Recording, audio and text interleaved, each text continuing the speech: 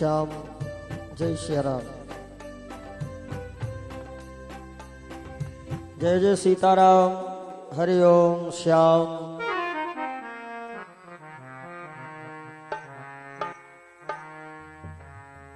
हरि ओम। श्रीमन्महागणाधि पतये नमः। विघ्नेश्वराय वरदाय सुरप्रियाय लंबोदराय सकलाय जगद्दिताय नागाननाय श्रुतयज्ञ विभूषिताय गौरीसुताय गणनाथ नमो नमस्ते। श्री सीतानाथ समारंभा रामानंदाय मुनिमध्यमाम् अस्मदाचार्य पर्यन्ताम् वन्दे श्री गुरु परम्पराम्। नारायणं नमस्कृत्य नरं चैव नरोत्तमं देवीं सरस्वतीं व्यासं ततो जयमुदीरयेत्।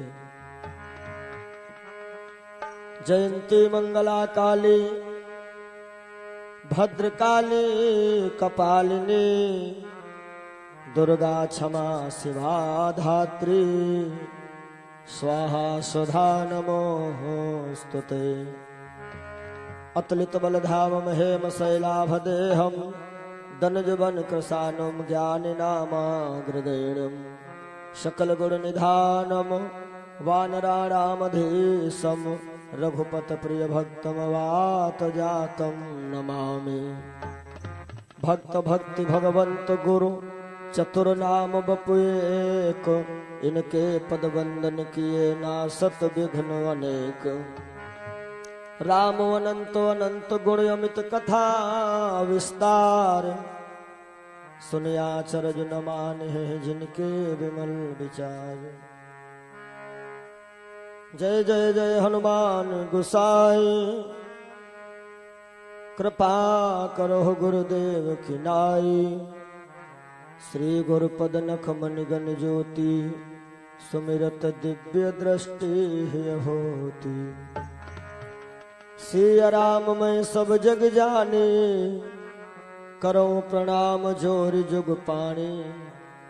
जनक सुता जग जनन जानकी अतिशय प्रिय करुणा निधान की।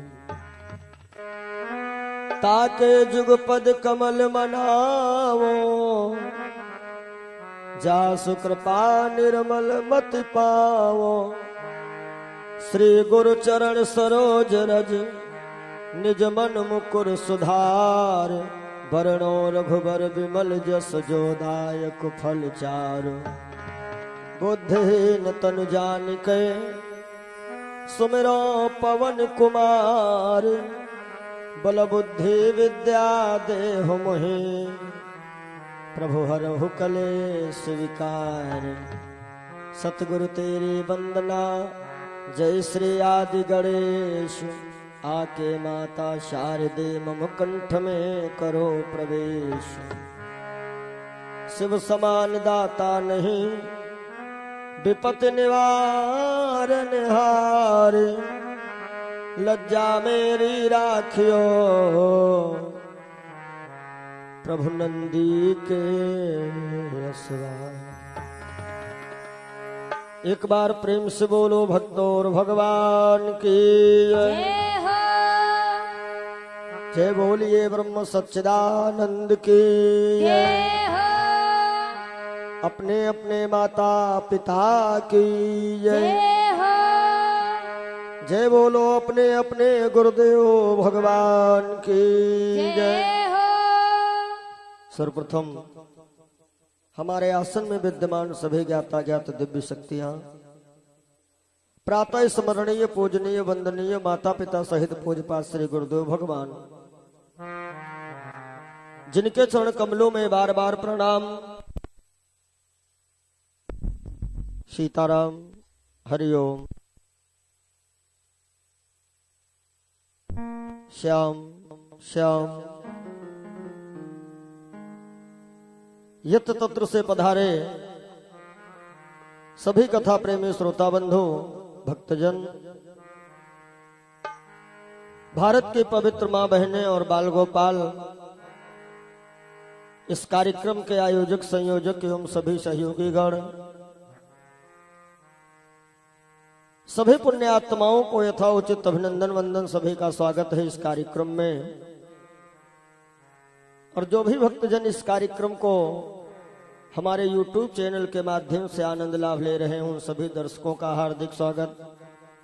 ये कार्यक्रम मवई घनश्याम निकट बांगरमऊ जनपद उन्नाव उत्तर प्रदेश से आप सभी आनंद ले रहे हैं। आओ हम सब लोग मिलकर के एक बार ताली बजाते हुए अपनी अपनी हाजिरी श्री गोविंद जी के चरणों में लगाएं और उसके बाद फिर हम लोग कथा में प्रवेश करें। बोलो बांके बिहारी लाल की जय हो।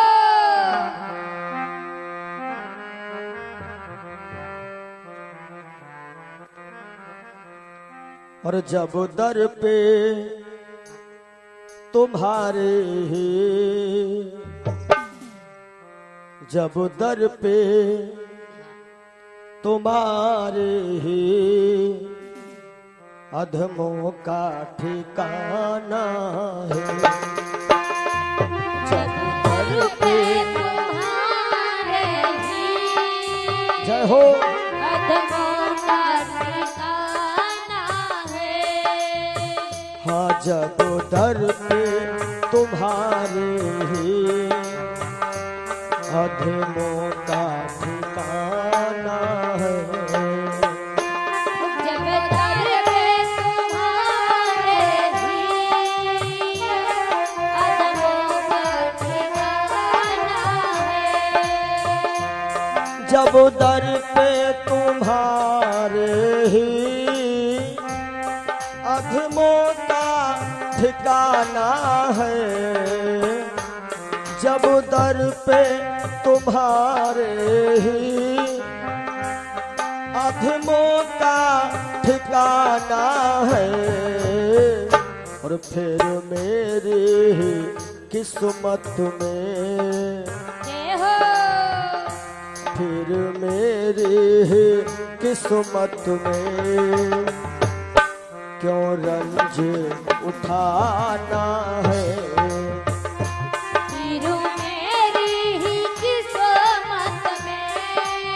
राधे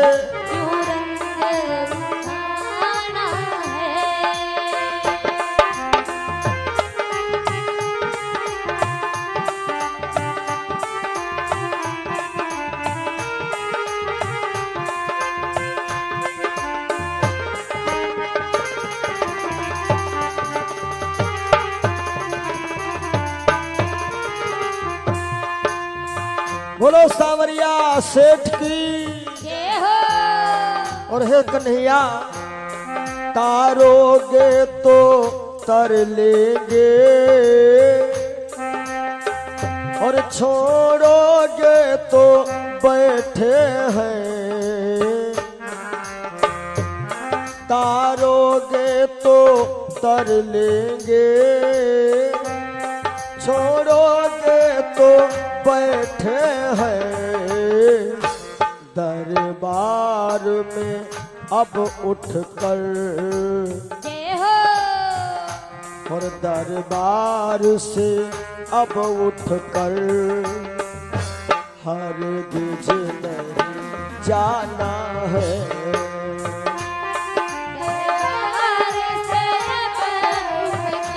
श्री राधे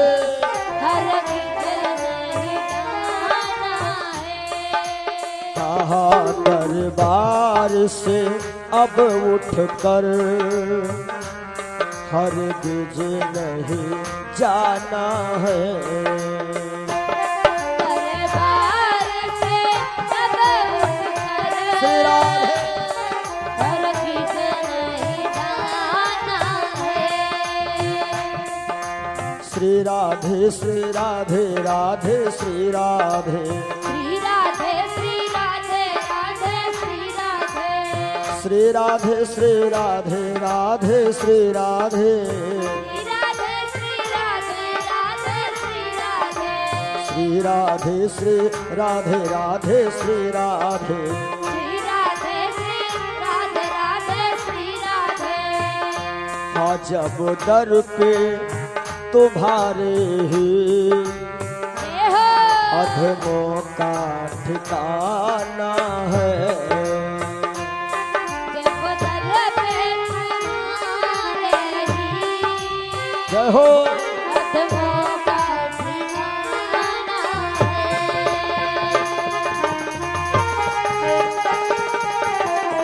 जय श्री राधे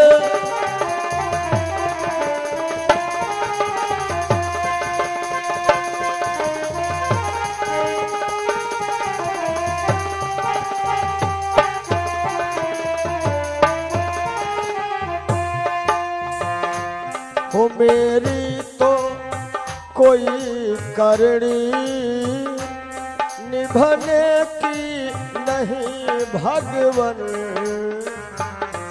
मेरी तो कोई करनी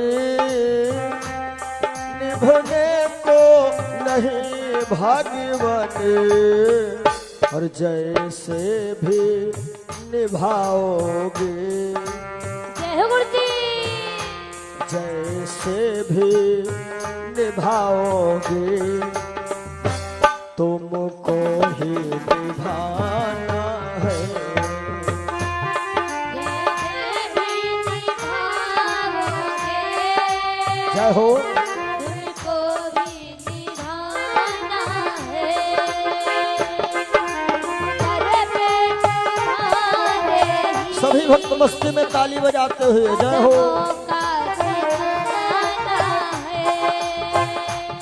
जैसे भी निभाओगे अब तुमको निभाना है जब दर पे हाँ जब दर पे जब दर पे तुम्हारे ही अधमों का ठिकाना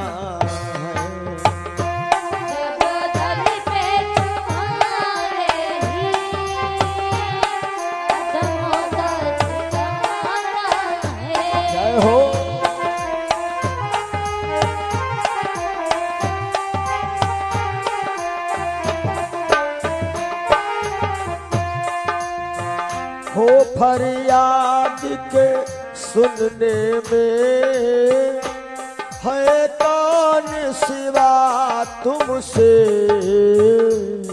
फरियाद को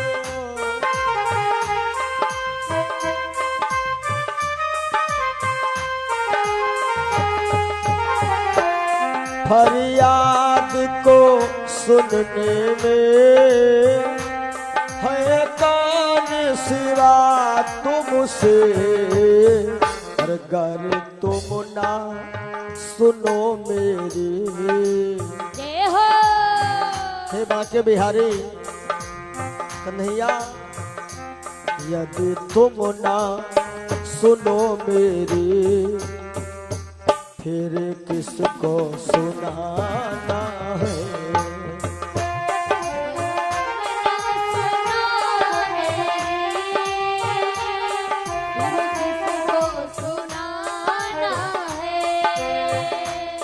फिर तुम ना सुनो मेरी तो किसको सुनाना है जब दर पे हाँ जब दर पे जब दर पे तुम्हारे ही अधमों का ठिकाना है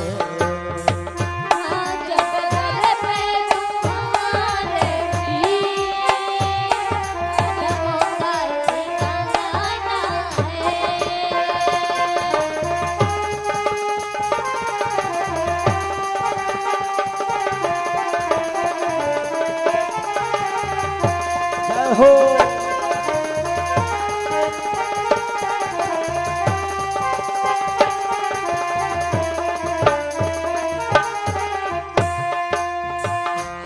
जब दर पे तुम्हारे ही अधमों का ठिकाना है। जब दर पे तुम्हारे ही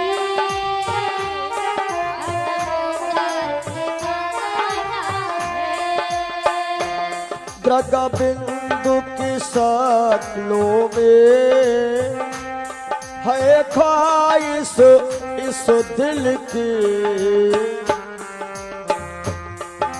हे सावरिया से ये निवेदन है, द्रग बिंदु की शक्लों में है ख्वाहिश इस दिल की। और जरिया तो है आँखों का। हे मुरली वाले,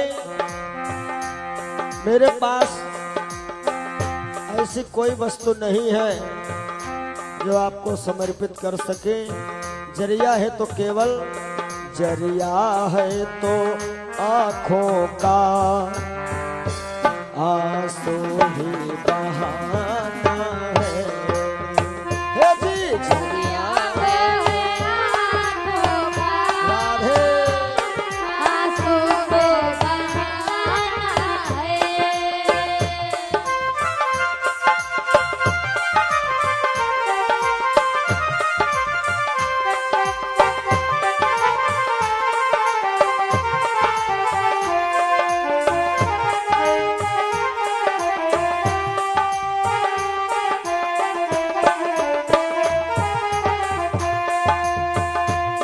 जरिया है हो जरिया है,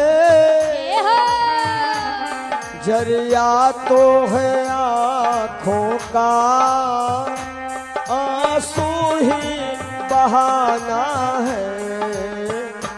जब दर पे तुम्हारे ही, जब दर पे तुम्हारे ही अधमों का ठिकाना है।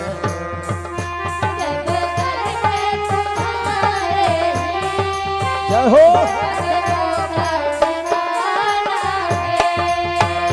जब दर पे तुम्हारे ही अधमों का ठिकाना है।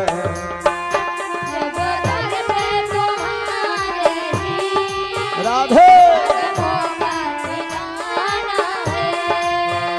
जब दर पे हो, जब दर पे,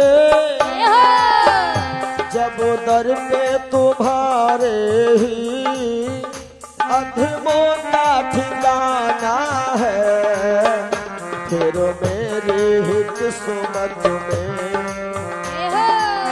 हो, फिर मेरी ही किस्मत में क्यों रंज उठाना है।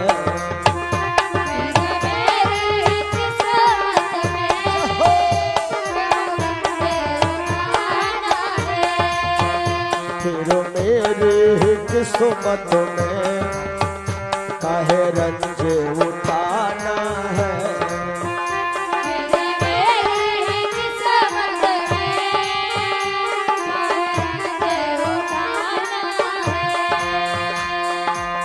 श्याम सुंदर अब तो हम आशिक तुम्हारे बन गए। और तुम हमारे हो न हो, पर हम तुम्हारे बन गए। जब ये दिल दुनिया का था, दुश्मन हजारों बन गए। और जब से लो तुमसे लगी,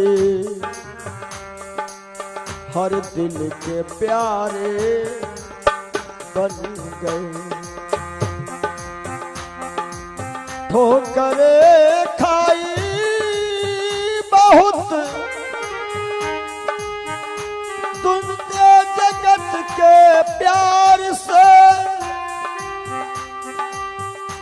इसलिए आया हूँ मुरलीधर तुम्हारे द्वार पे,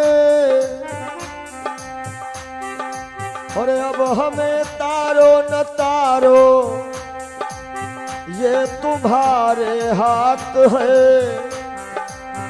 गर न तारोगे प्रभु तो बदनामी तुम्हारी नाथ है। मैंने लाखों के बोल सहे समरिया तेरे लिए,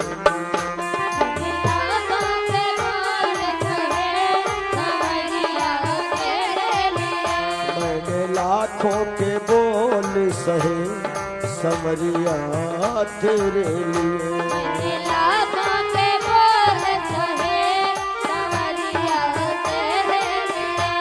जब दर पे तुम्हारे ही अधमों का ठिकाना है, जब दर पे तुम्हारे ही अधमों का ठिकाना है, फिर मेरी ही किस्मत में, फिर मेरी ही किस्मत में काहे रंज उठाना है।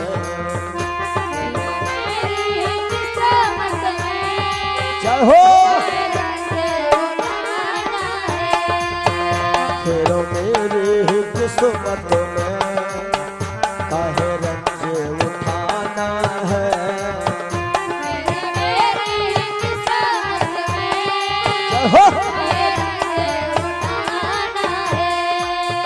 जब दर पे तुम्हारे ही अधमों का ठिकाना है, जब दर पे तुम्हारे राधे, जब दर पे तुम्हारे ही अधमों का ठिकाना है, जब दर पे तुम्हारे ही अधमों का ठिकाना है, जब दर पे तुम्हारे ही अधमों का ठिकाना है।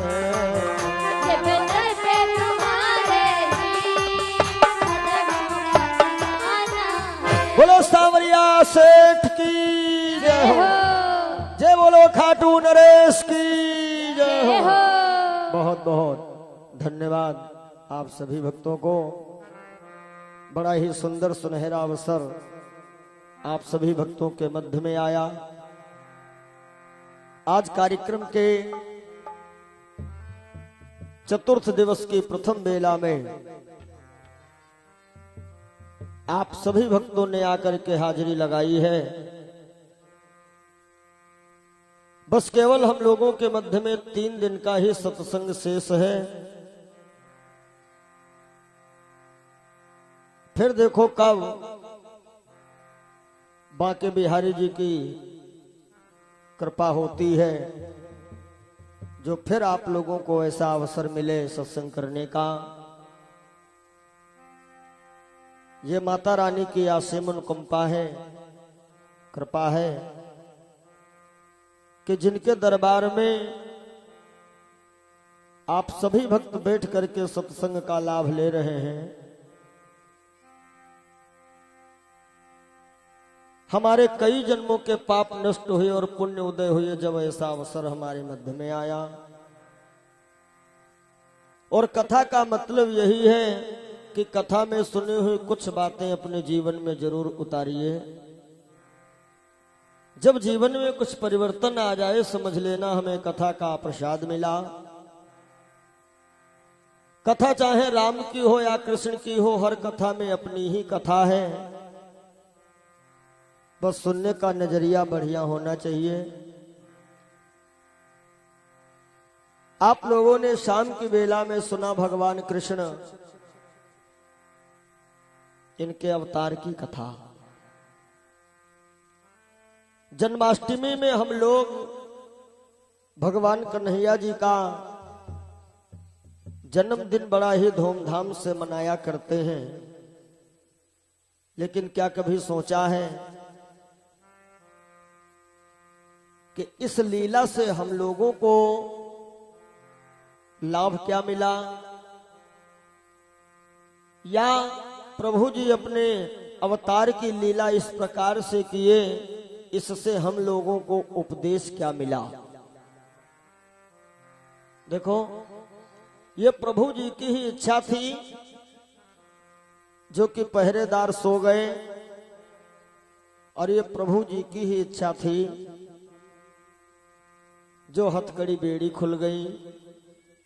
ये प्रभु जी की ही इच्छा थी, जेल के फाटक अपने आप खुल गए, और यदि प्रभु जी की ही इच्छा थी, जो कि अर्धरात्रि में भयंकर बरसात भी हो गई। अब इसी श्रृंखला में यदि प्रभु जी चाहते तो अपने गरुड़ को बुला लेते, गरुड़ को, और गरुड़ पर बैठ करके मथुरा से गोकुल चले गए होते। वसुदेव जी को इतनी रात्रि में पैदल नहीं जाना पड़ता भीगते हुए, क्यों? लेकिन प्रभु ने ऐसा नहीं किया। प्रभु ने सोचा यदि मैं गरुड़ पे बैठ के जा रहा हूं तो दुनिया वालों को संदेशा क्या पहुंचेगा। हमें दुनिया वालों को संदेशा देना है। कलयुग में जब भी कोई प्राणी इस कथा को सुने, उसको सुंदर सा मैसेज पहुंचे, संदेशा जाए। क्या किसी दिन इस जमाने में सभी विपदा उठाते हैं, वही लीला इशारों में हमें माधव दिखाते हैं।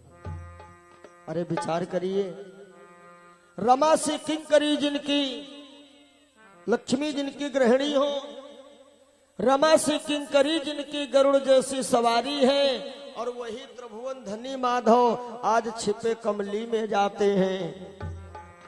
तो कन्हैया ने ये इशारा किया है हम लोगों को, न हंसना चाहिए हमको किसी के कष्ट में हरगिज, न जाने कब किसे कैसे समय के फेर आते हैं। आदमी का समय जो है ना, हमेशा एक जैसा नहीं होता है। जैसे कहते हैं दिन के 3 पन हैं, ऐसे ही हम लोगों का जीवन है। अच्छा बुरा समय हर किसी का आता है। यदि हमेशा अच्छा ही समय चला करे ना, तो फिर दुख ना आए तो सुख का हमें आनंद नहीं मिलता है, और जब सुख आता है तब दुख का आनंद मिलता है। एक दूसरे के पूरक है। तो प्रभु जी ने हम लोगों को ये संकेत किया है कि हमेशा हर प्राणी का समय एक जैसा नहीं होता है। रोज सुबह तो दिन चढ़ता है, लेकिन शाम को ढलता है। भैया जमाना रंग बदलता है। इसीलिए प्रभु कहते हैं कि सदा ना रहा है और सदा ना रहेगा जमाना किसी का। इसलिए हमेशा याद रखिए, नहीं चाहिए दिल दुखाना किसी का। सभी लोग तालियों का साथ दीजिएगा। जय हो। सदा ना रहा है, सदा ना रहेगा जमाना किसी का। नहीं चाहिए दिल दुखाना किसी का। नहीं चाहिए दिल दुखाना किसी का।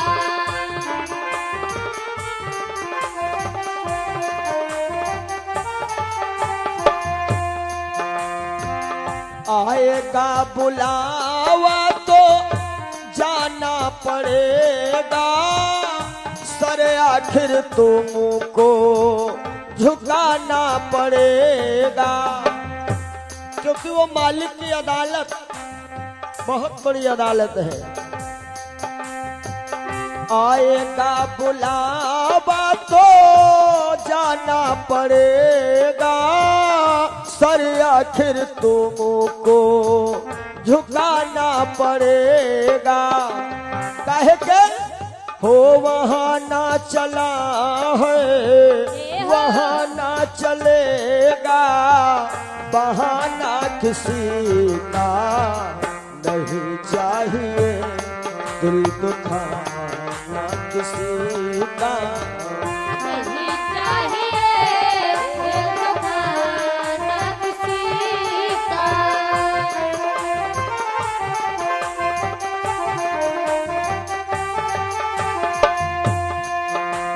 और कहते हैं ये दौलत तुम्हारी बह जाएगी, ये शोहरत तुम्हारी बह जाएगी, ये नहीं साथ जाता है नहीं साथ जाएगा खजाना किसी का नहीं चाहिए दिल दुखाना किसी का।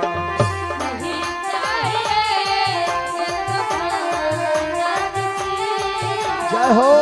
नहीं चाहिए दिल दुखाना किसी का।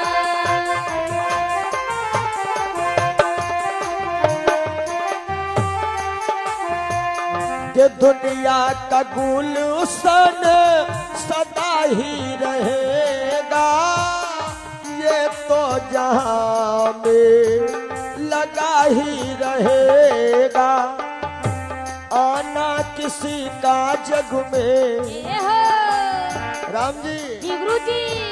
हो आना किसी का जग में तो जाना किसी का नहीं चाहिए दिल दुखाना किसी का। नहीं चाहिए दिल दुखाना किसी का। सदा ना रहा है सदा ना रहेगा जमाना किसी का नहीं चाहिए दिल दुखाना किसी का। नहीं चाहिए दिल दुखाना किसी का।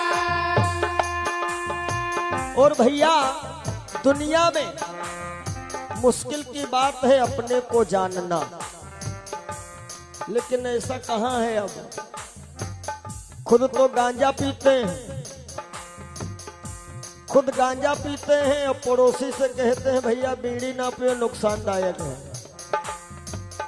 कहाँ समझा पाओगी लोगों को कि पहले तो तुम अपने आप को संभालो, हक नहीं तुझ में बुराई औरों में निकालो।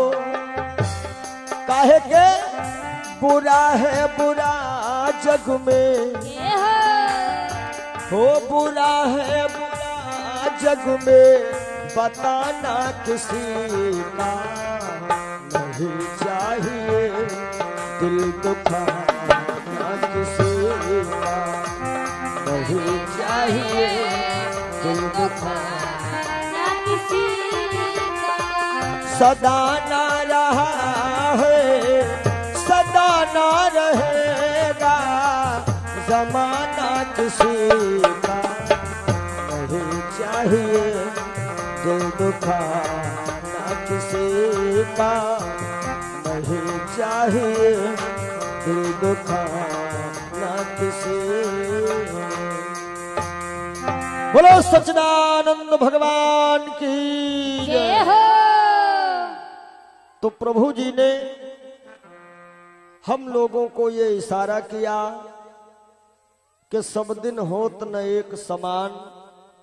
प्रभु जी कृष्ण जी के अवतार की कथा में हम लोगों को ये सुंदर संदेशा मिला। अब देखिए इधर नंद जी के वहां तो आनंद है, बधाई बज रही थी, और उधर महाराज वसुदेव जिस समय कन्या को लेकर के जेल के अंदर पहुंचे, सज्जनों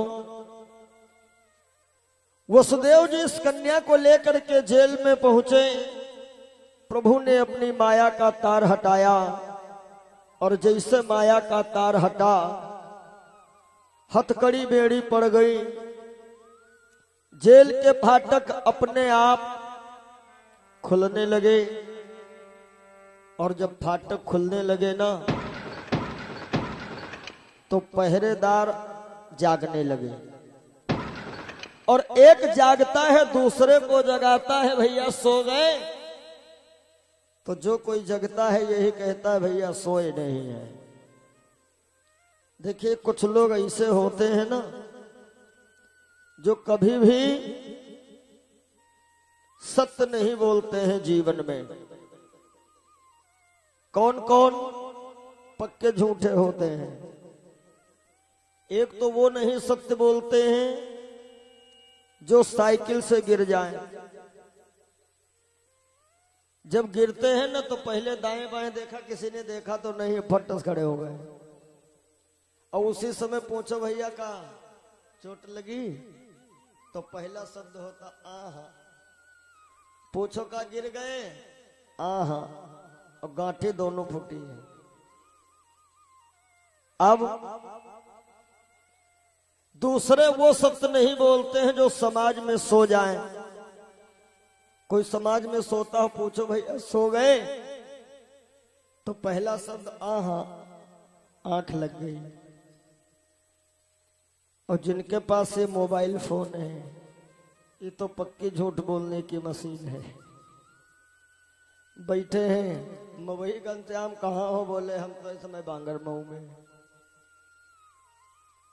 अब पहरेदार आपस में यही चर्चा कर रहे थे, इतने में भैया अंदर से वो कन्या रोने लगी।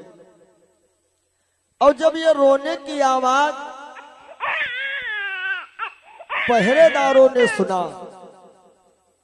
तो कहने लगे भैया हमें लगता है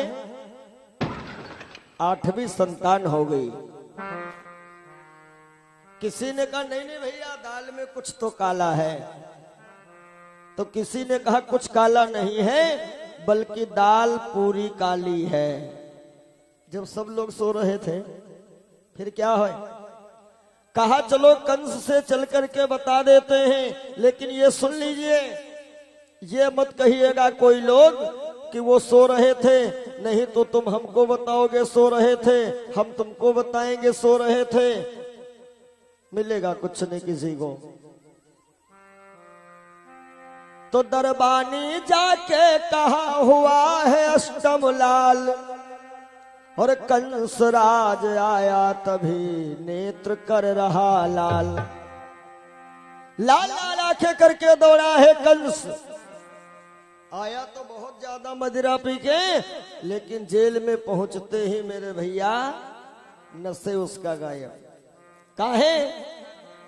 लेकिन लड़के की जगह वहां कन्या के ऊपर नजर गई।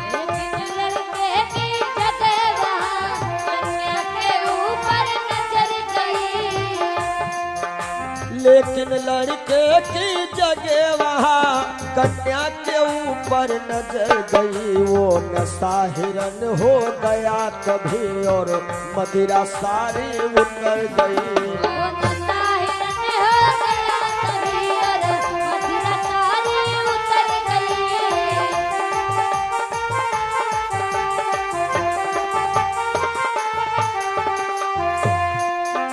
मन में सोचा कारण कैसा, कंस विचार करता है। मन में सोचा कारण कैसा जो नहीं समझ में आया है, और मैं जिसको लाल समझता था वो कन्या बन कर आया है।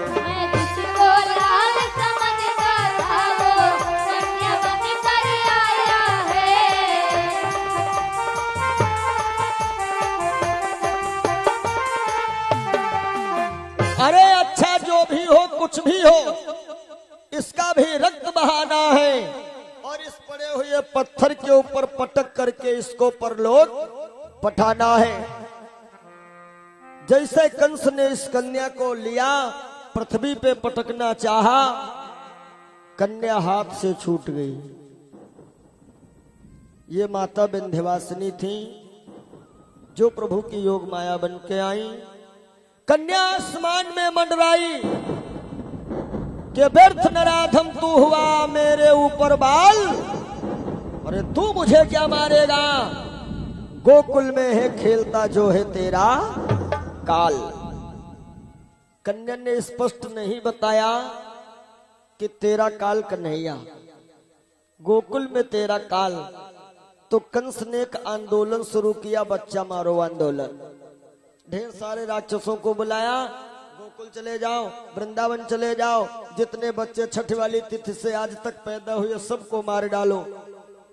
न जाने कितनी माओं की गोदी सूनी हुई भैया। एक दिन क्या हुआ, नंद बाबा माखन मिश्री लेकर के कंस के पास आए। कंस ने पूछा, का हो नंद जी, कौन सी खुशी आई तुम्हारे घर? नंद जी ने कहा, बस यही बुधवार वाली रात में यशोदा ने लाला जायो है। बस कंस का दिमाग एकदम चकराया, कहीं वही तो मेरा शत्रु नहीं है। तो कंस एक राक्षसी के पास पहुंचा जेकर नाम रहा पूतना। कंस ने पूतना से जाके बताया कि बहना तुम्हारे अंदर रूप बदलने की कला है, तो काहे ना तुम ब्रजनारी का रूप बनाओ, गोकुल गांव चले जाओ, कन्हैया को मार दो। पूतना ने कहा, हमारे लिए तो चुटकी बजाओ काम हो गया। पूतना बन जाती है ब्रजनारी और कठुला पहुंची, झिंगुली इत्यादि बधावे के आइटम खरीदा और थोड़ा जहर लिया, अपने स्तनों में लगाया। जहर स्तनों में क्यों लगाया, इसका पुराना हिसाब बाकी पड़ा था। जब राजा बलि को छलने के लिए वामन भगवान गए हैं ना, तो वहीं पे बलि की बेटी खड़ी रही, उसने प्रभु जी का सौंदर्य देखा और प्रभु जी के सौंदर्य पे इसको इतना ज्यादा आकर्षण, तो इसके मन में भावना आई कि ऐसा सुंदर मेरा बेटा होता, मैं आंचल का दूध पिलाती। तो भगवान ने यूं मस्त कह दिया, कहते हैं ना, न जाने कौन से गुण पर दया निधि रीझ जाते हैं। वनवास में दशरथ इतना रोए लेकिन राम नहीं रोए। हंसते हंसते राम वन को गए और राम मेरे रोए कब? न रोए वनगमन में श्री पिता की वेदनाओं पर, और उठाकर गीध को गोदी प्रभु आंसू बहाते हैं। ये जो छोटे छोटे बच्चे हैं, जब कभी बड़े होंगे तो इनसे कोई पूछेगा, बेटा गीध देखे हो? तो बच्चा फोटो छपा होगा, बता देंगे यही गिद्ध होते होंगे। और अभी ज्यादा समय नहीं हुआ है, गिद्ध एकदम ही गायब हो गए। काहे गिद्ध कहाँ चले गए?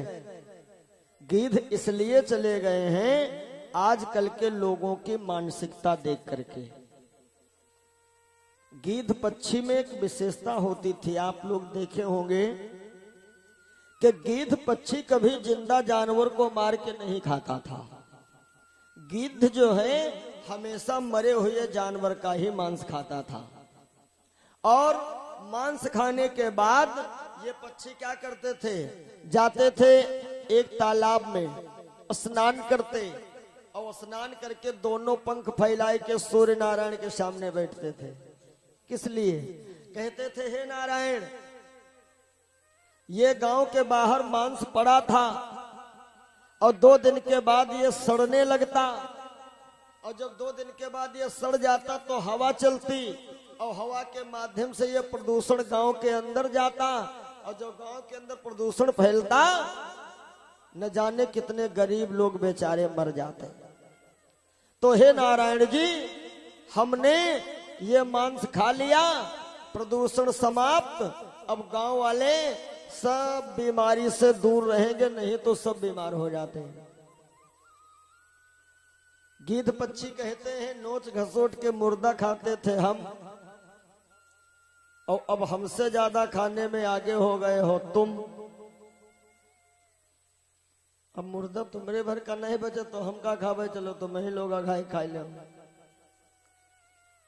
गिद्ध पक्षी इसलिए चले कि भारत की नारी की लाज बचाने के लिए हम गिद्ध लोग अपनी जान गंवा देते हैं। गिद्धराज जटायु काहे मारा गया?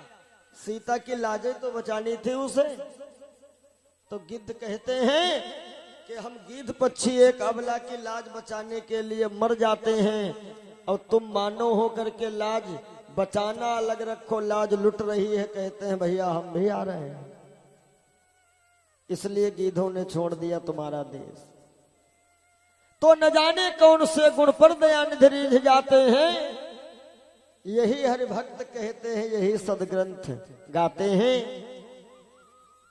तो इसके मन में भाव बना, ऐसा सुंदर पुत्र हो, अपने आंचल का दूध पिलाऊं, भगवान ने मस्त कह दिया। और सुनो, जब 3 कदम में प्रभु ने 3 लोक नाप लिए, जब 3 कदम में प्रभु ने 3 लोक नाप लिए, तब इसको गुस्सा आई कि ऐसा बेटा मेरा होता मैं तो जहर देके मार देती। तो भगवान ने फिर वो मस्त कह दिया, चलो हम जहर भी पिएंगे। वही बनी है पूतना, और अपने दोनों आंचलों में लगा करके जहर पहुंच गई, यशोदा जी को भ्रमित कर दिया। यशोदा जी से पूतना ने कह दिया कि इस बच्चे की हम फूफू हैं, बुआ, गांव के रिश्ते से, और मैं बधावा लेके आई हूं, लाओ कुछ खिलाओ पिलाओ हमें। यशोदा ने कहा क्या मक्खन ले आए कि दही ले आए? पूतना ने सोचा इतनी देर में तो हम इसको मार नहीं पाएंगी। पूतना बोली पहली बात तो अपने लाला को मेरी गोद में दे दो, लीजिए। अब हमें थोड़ा गरम दूध पिलाओ, गरम दूध। यशोदा ने कहा भाई इसमें थोड़ा टाइम लगेगा गरम करने में, काहे? तब ये उज्ज्वला योजना थी नहीं गैस सिलेंडर वाली, और ना स्टील थी ना एल्युमिनियम थी।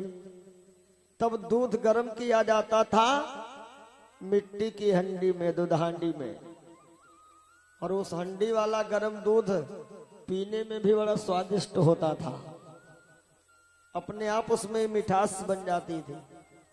यशोदा ने कहा भाई दूध गर्म करने में थोड़ा टाइम लगेगा। पूतना बोली कोई बात नहीं, बच्चा तो मेरे पास है ही है। यशोदा अंदर गई। अब मेरे कन्हैया पहले तो मुस्कुराए, मुस्कुराए इसी बात पे कि कब मैंने वचन दिया, कब आ गई तुम। उसके बाद कन्हैया रोए, और जब कन्हैया रोए तो इसने कहा भैया रोना धोना बंद करो, दूध पियो। और जहर से लिपटा स्तन कन्हैया को पकड़ाया, और मेरे कन्हैया की उम्र मात्र 25 दिन की ही है, मसूड़ों ने मजबूर। और प्रभु ने इसके स्तन को जैसे दबोचा तो इसको पीड़ा मालूम पड़ी। कहा छोड़िए, तो छोड़ने के बजाय कन्हैया आधी चूड़ी और बढ़ा दिए, और पीड़ा मालूम पड़ी। छोड़िए, कन्हैया आधी चूड़ी और टाइट किए। भागवत में तो लिखा है कि पूतना ने कन्हैया को छोड़ दिया, कन्हैया इसके आंचल में झूला झूल रहे हैं, और नेत्र बंद किए हैं कन्हैया। आंखें काहे बंद किए हैं? देखो कुछ लोग जब ताकत लगाते हैं ना तो आंखें बंद करके, तो मानो कन्हैया ताकत लगा रहे हो। दूसरा कारण, बूढ़े लोग कहते हैं आंखिन में सील हो, तो कन्हैया ने सोचा आंखें खोल के दूध पीवे, ये चिल्ली है तो हमें दया ही है, छोड़े पड़ी है। और आंखें रखो बंद, और आंखें बंद, आंख वाट पहाड़ वाट। अब ये पूतना चिल्लाई है नंदरानी आके अपने कन्हैया को ले जाओ। यशोदा बोली वहीं पालना है, लिटा दीजिए, हम अभी नहीं आ पाएंगी, दूध उफना जाएगा। पूतना बोली हमें दूध पीना नहीं है। यशोदा ने कहा पालने में लिटाओ। पूतना बोली ये छूट नहीं रहे। यशोदा ने सोचा ये नंदी है इसलिए मजाक कर रही है, नहीं तो कन्हैया हमारे चुम्बक थोड़े हैं जो चपक गए हो। अरे तो कोई बात नहीं, रुक जाओ 15 मिनट, अभी आ रही हूं मैं। पूतना ने सोचा 15 मिनट में काम हो जाएगा। तो पूतना ने सोचा चलो घर का रास्ता पकड़ो, वहां 10-5 लोग मिलकर छुड़ाई तो देंगे। पूतना घर की तरफ भागी, मगर ऐसे नहीं, अपने बड़के बच्चे की कसम खा के।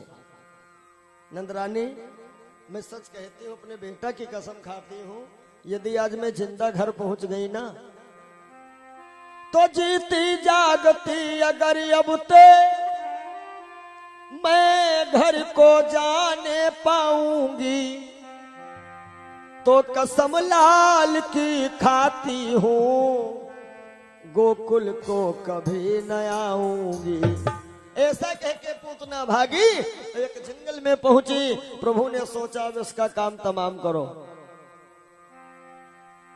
ऐसा इसके स्तन को दबोचा, पूतना धड़ाम से गिरी और मर गई। अब कन्हैया सोच रहे हैं, कन्हैया तुमने ये तो बड़ा गलत किया है। 25 दिन की उम्र में ये 302 हो गया।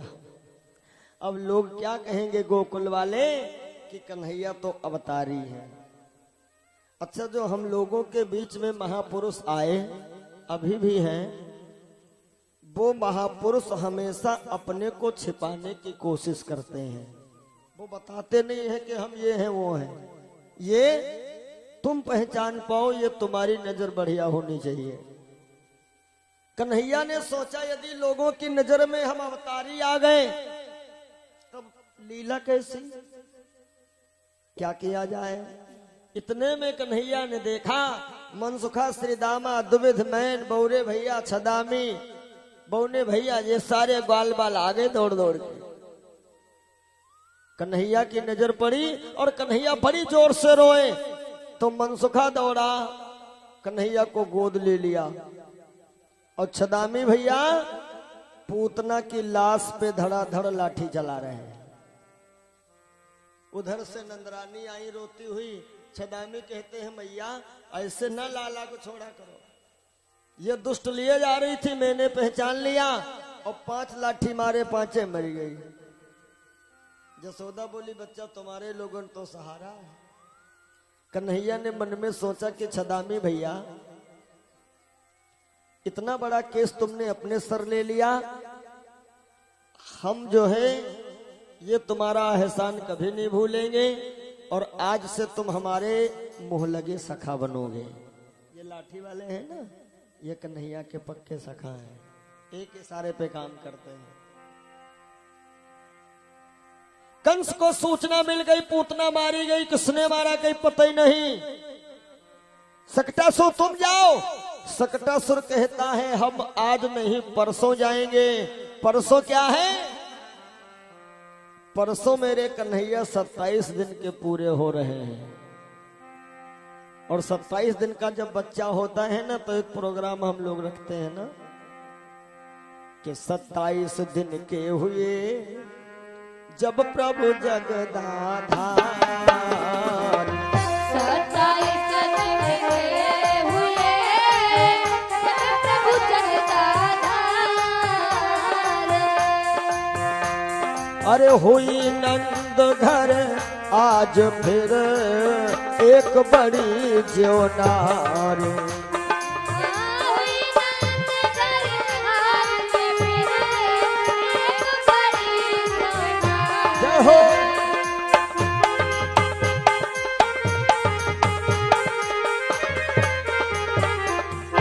27 दिन के हुए जब प्रभु जगदाधार, तो हुई नंद घर आज फिर एक बड़ी ज्योनार। जब भगवान कन्हैया 27 दिन के हुए तो नंद जी के आंगन में वही धूमधाम, ब्रज गोपियां एक बार फिर से ले लेकर के बधावा आने लगी। देवी देवता जो दर्शन नहीं कर पाए थे, प्राकट्य का दर्शन नहीं हुआ, अब ये लोग कन्हैया जी के उस बाल रूप का दर्शन करने के लिए देवता लोग भी अपना भेष छिपा छिपा के, देवियां अपना भेष छिपा छिपा करके ये सब नंद के आंगन में नाच रहे थे। और नंद जी की उम्र 60 साल के थे बाबा नंद। चौथे पन में पुत्र के आने की खुशी बाबा नंद और मैया यशोदा, इनको ये लग रहा है कि शायद हम आज ही जवान हुए हैं कि बधैया बाजे आज नंद द्वारे, बधैया बाजे आज नंद द्वारे। हाँ सभी लोग मस्ती में ताली बजाइएगा, बोलिए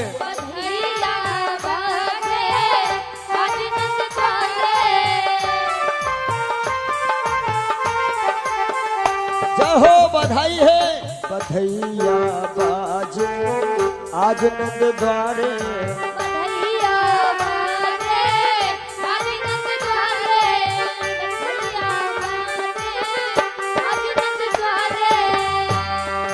आज नंद द्वारे, आज नंद द्वारे, आज नंद द्वारे बधैया बाजे आज नंद द्वारे, बधैया बाजे आज नंद द्वारे।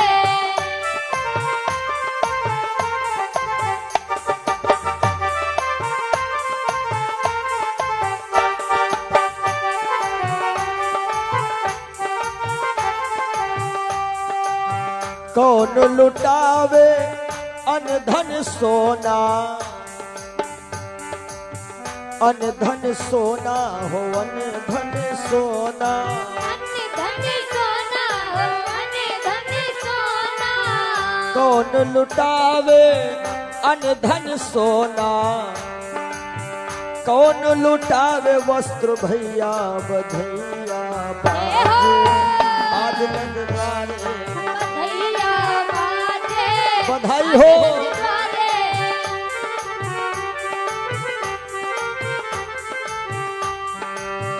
बाबा लुटावे अनधन सोना, बाबा लुटावे, बाबा लुटावे अनधन सोना, मैया लुटावे वस्त्र भैया बधैया आज नंद द्वारे, बधैया बाजे आज नंद द्वारे।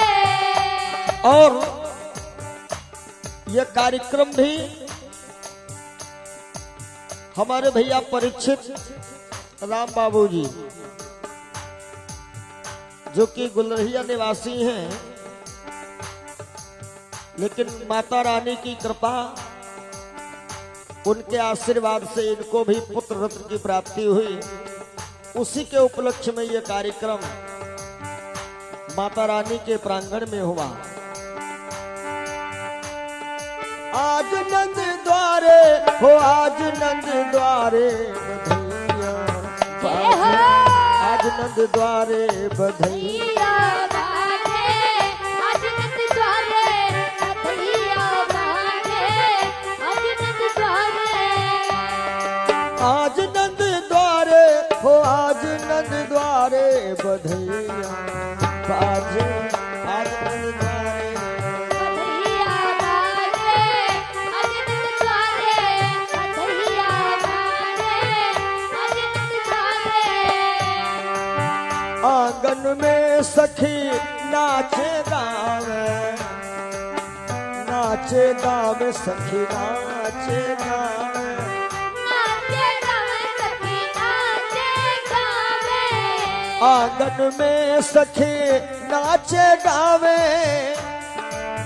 द्वार बजे सहनैया, द्वार बजे सहनैया बधैया जय हो आज नंद द्वारे, बधैया बाजे जय हो। आज नंद द्वारे, बधैया बाजे आज नंद द्वारे। चलो सखिए नयनवा सफल करे, काहे के जन्म है कृष्ण कन्हैया, जय हो हो जन्म है कुंवरी कन्हैया जय हो आज नंद द्वारे बधैया बाजे आज नंद द्वारे, बधैया बाजे आज नंद द्वारे। हो आज नंद द्वारे, आज नंद द्वारे बधैया द्वारे, बधैया बाजे अजनंद द्वारे, बधैया बाजे। बोलो कृष्ण कन्हैया लाल की। जय हो। अब क्या हुआ, सकटासुर आया और जहां कन्हैया पालने में झूल रहे थे, सकटासुर चौखट पे बैठ गया और सोच रहा है झूक इधर आवे हम कन्हैया को ले भागे, और मेरे कन्हैया नन्हा सा अपना चरण का अंगूठा जो है अपने मुंह में दबा लिए, और जैसे सकटासुर उठाना चाहा, कन्हैया ने मारा वो चरण इसके मुंह पे, ये धड़ाम से गिरा और मर गया। अब कन्हैया सोच रहे हैं कि पूतना मरी, वो तो केस छदामी ले लिए, अब ये सकटासुर मर गया, अब क्या हो। कन्हैया ने देखा ऊपर एक छीके पे मटका, कन्हैया जी छीके को इशारा किए, भाई थोड़ा सहयोग करिए। छीका टूट गया और दही से भरा मटका इसके मुंह पे भच्च से गिरा। यशोदा समझ गई इस मटके गिरने की वजह से ये मर गया, कन्हैया यहां भी बच गए। अब कंस योजना बना रहा है कैसे कन्हैया को मारे, और इधर मेरे कन्हैया बाल लीला करने जा रहे हैं। मैया यशोदा अपने कन्हैया का श्रृंगार करती हैं कि झुंगई कुलई पहना करके काजल की कोर निकाली है, श्रृंगार और छवि की जोड़ी जो दो सांचों में ढाली है।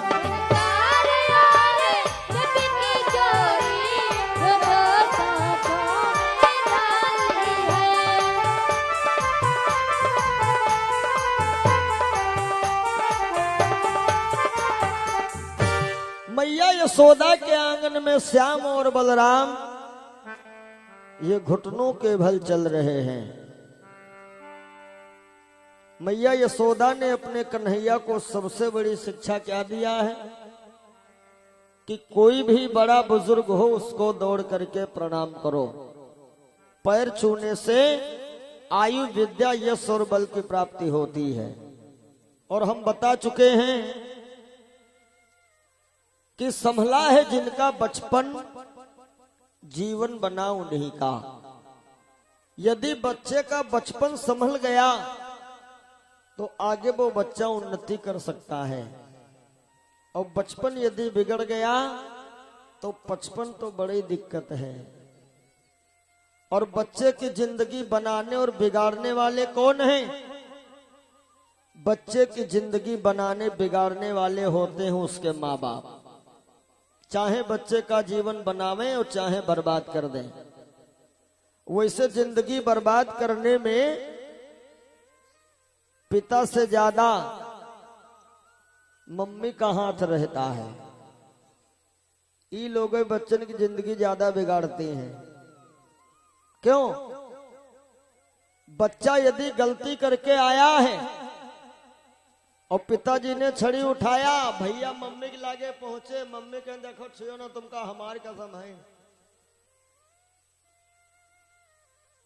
ऐसे बच्चे याद रखिएगा, इतना यदि प्यार दुलार तुम बच्चों को दोगे तो आगे चल करके तुम्हें बिल्कुल रोना पड़ेगा, पक्का है। माताएं अपने बच्चों की जिंदगी के साथ खिलवाड़ कर देती हैं। किस लिए? बस केवल थोड़ा प्यार दुलार के वास्ते। इसका बहुत बड़ा असर पड़ता है। माता ही बच्चे की जिंदगी बर्बाद करती है।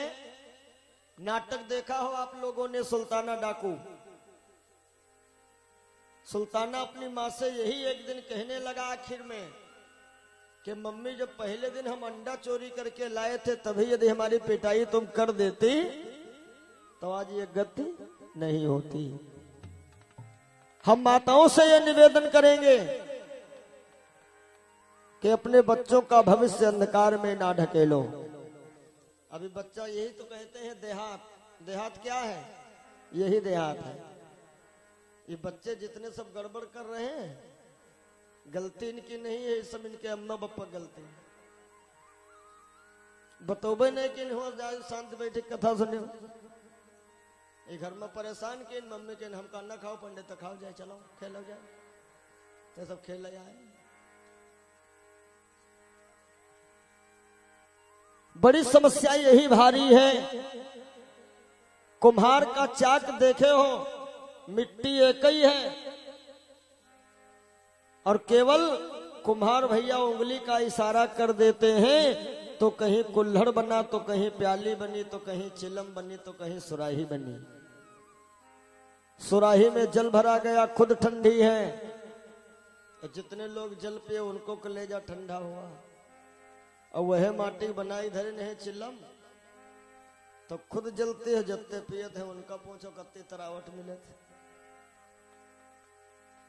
तो गांव के जितने बच्चे हैं ना, ये अम्मा पापा इनका चिलम बनाए रहे हैं कि खुद जली हो और दूसरे को जली हो, और बुढ़ापा उनको खराब हो जाता। इससे बच्चे तो बाद में कहते भैया अब तो लड़का कहे नहीं, तो कहा पंडित ते जाओ जंतुर बनवाई लाओ, तब जंतुर काम नहीं करिए, चेत जाओ। बच्चों का भविष्य प्रथम गुरु है माता, और उसके बाद में है पिता। राम जी को इतनी बड़ी कामयाबी कैसे मिली? प्रातः काल उठ के रघुनाथा, और मात पिता तब गुरु नावहि माथा। माता ही चाहे बच्चे का जीवन बनावे, और माता ही चाहे बच्चे का जीवन बिगाड़े। कि बेटा चाहे जितना प्यारा हो, उसे सर पे चढ़ाना ना चाहिए।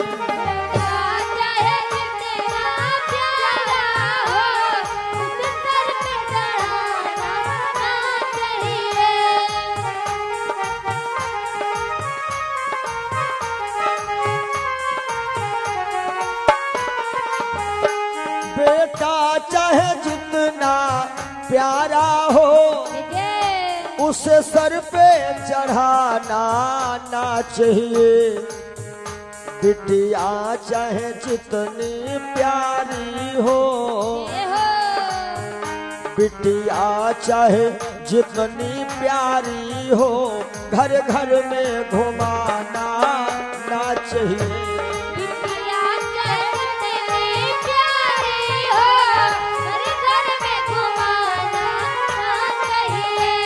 और ध्यान रखो, चाहे जितनी अमीरी आ जाए, औकात भुलाना ना चाहिए।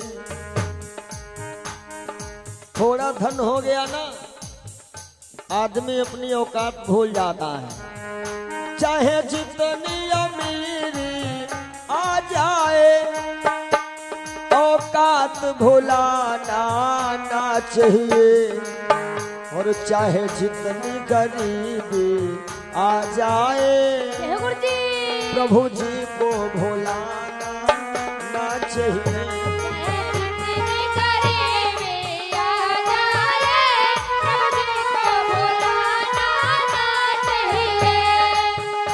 जिस माँ ने तुमको जन्म दिया, और दिल उसका दुखाना ना चाहिए। जिस पिता ने तुमको पाला है, कभी उसको भुलाना ना चाहिए।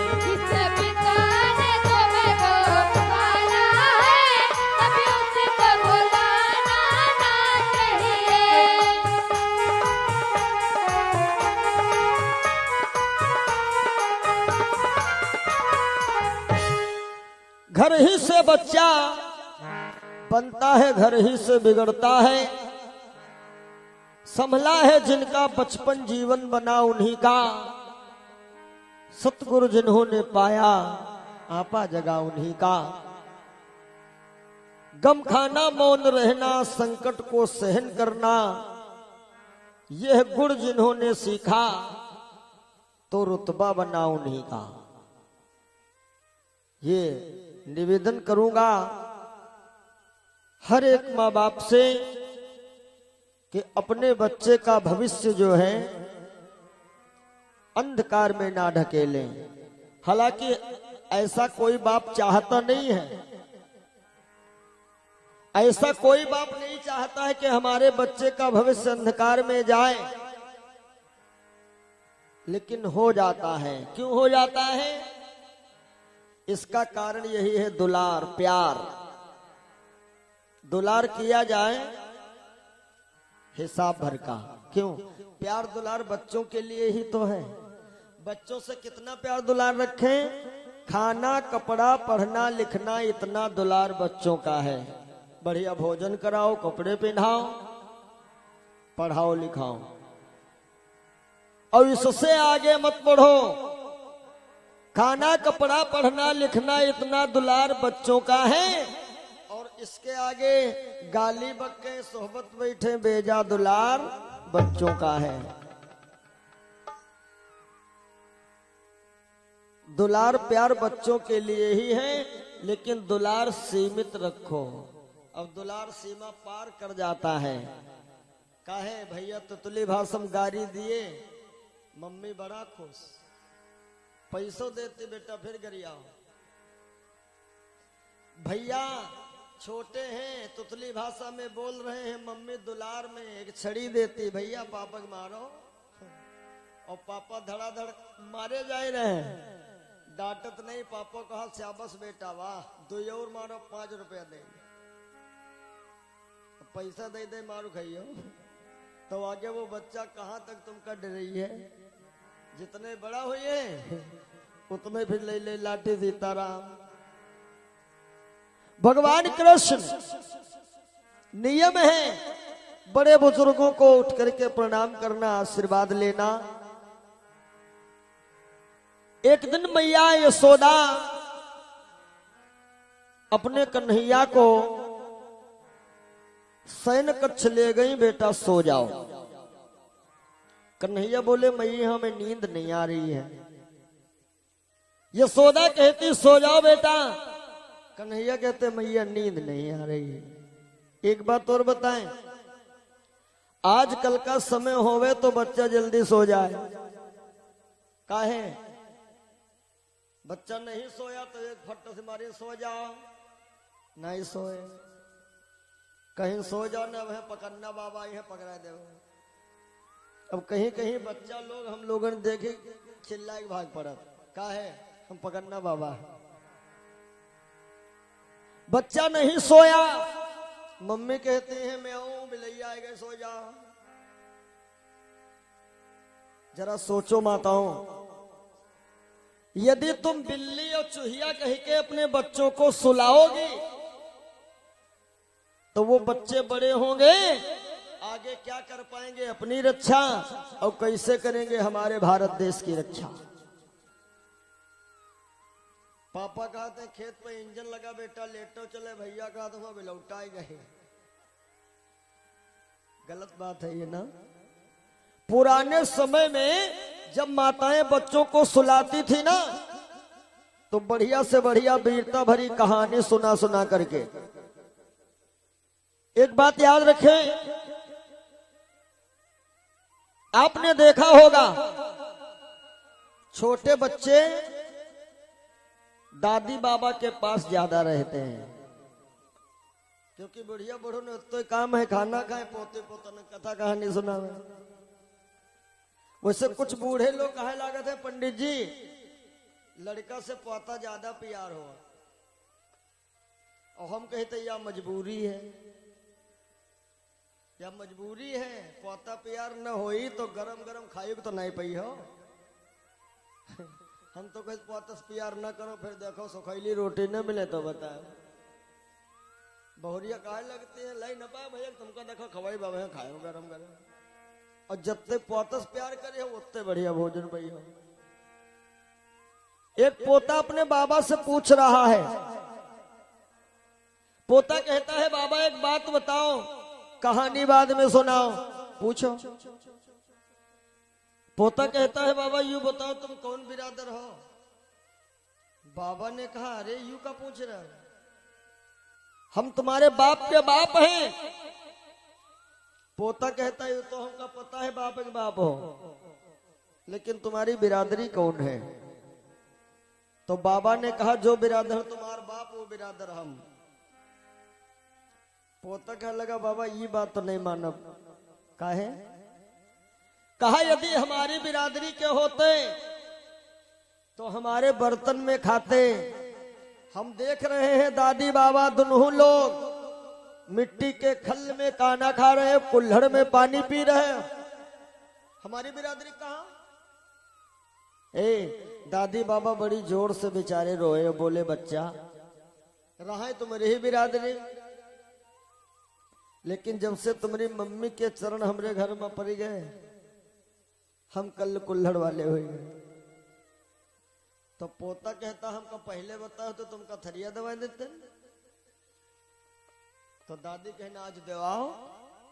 पोता कहा थे जाओ खाना ले चलो, और जब मम्मी आवे तो तुम दादी बाबा दोनों लोग ऐसा आपस में टकराना कि कल कुल्हड़ फूट जाए।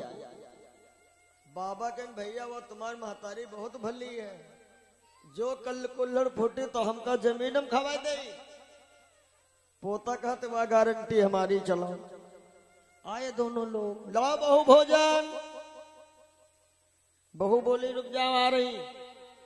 और जैसे दोनों लोग पहुंचे, बहुरिया लेके भोजन पहुंची, बूढ़ा बूढ़ो वैसा टकराए कल कुल्हड़ फूट गया। कहीं फोड़ दिया, तुमका जमीन ना खवाए तो हम उनकी बिटिया नहीं। पोता बड़ी जोर से रोया बाबा तुमने तो हमारा सत्यानाश कर दी। बाबा कहीं बहुत सही, तुम्हें कह रहा फोड़ डालो, फूट गयो तुम्हारी नाश हो गई। तो पोता का तो कहो ऐसे कह रहा कामे ना राखे हो। बाबा बोले ना कामे कहे हम जमीन हम खा। पोता कहे तुम तो जमीन हम खाए ले हो, कल कुल्हड़ हम कहां पावा। मम्मी बोली तुम क्या करी हो। बच्चा कहा तो मम्मी जब तुम बुढ़ई हो तुमका काहे हम खावा। का कहीं जब घर का नियम है सास ससुर कल मां खाना खाए कुछ झड़ पानी पे। आज ये सास ससुर, कुछ दिन के बाद हमारी शादी हुई है तुम सास बनी हो, तो वह कलम तुमको तो खवाई। आजू से सास ससुर की सेवा चालू। निवेदन करते हैं उन भैया लोगों से जो लोग अपने माँ बाप को गंदी गंदी गालियां देते हो, आज से ये काम बंद कर देना। कभी भी अपने माँ बाप को अपशब्द ना बोलो, और नहीं तो लिख लेना तुम केवल अपने बप्पा गाली दे तो तुम्हारा, और जब तुम बप्पा बनोगे तुम्हारा लड़का ले ले लाठी न धड़ाधड़ चलावे तो हमारा बात बनेगा। ये कर्म क्षेत्र है, जैसा करोगे वैसा भरना पड़ेगा। बहुरिया लोगों से भी निवेदन करना चाहूंगा, जो बहुएं अपनी सास से झगड़ा करती हैं कृपा करके झगड़ा ना किया करो। काहे? क्योंकि तुमको भी सास बनना है। लेकिन पेवर गलती बहुओं ने होत कहां। कुछ सासू बड़ी अजीब होती हैं। सासू कहते हैं भगवान है माता जी हमका सीता जैसी बहू दियो।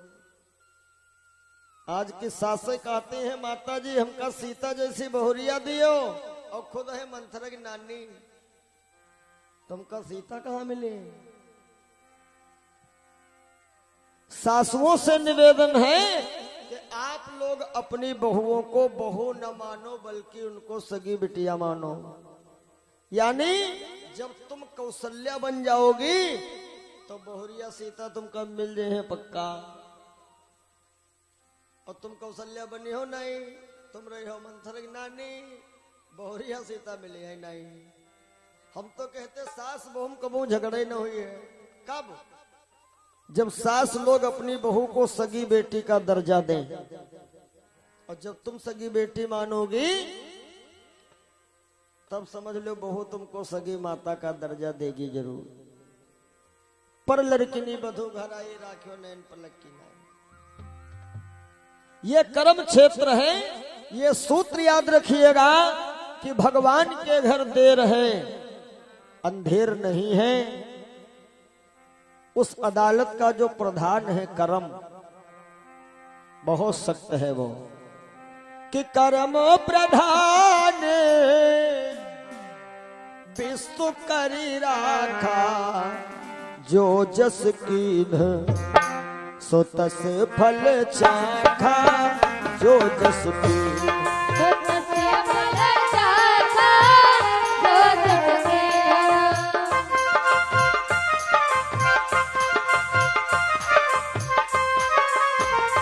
जहो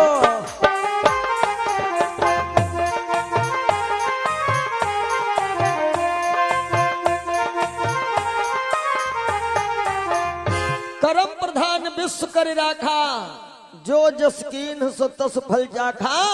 उस अदालत का जो प्रधान है उसके लिए हिंदू हो मुसलमान, बूढ़ा हो जवान, निर्धन हो धनवान, मूर्ख हो चाहे विद्वान, और चाहे कन्हैया हो चाहे हो राम, वो प्रधान किसी को भी छोड़ता नहीं है। कन्हैया कहते मैया हमें नींद नहीं आ रही है।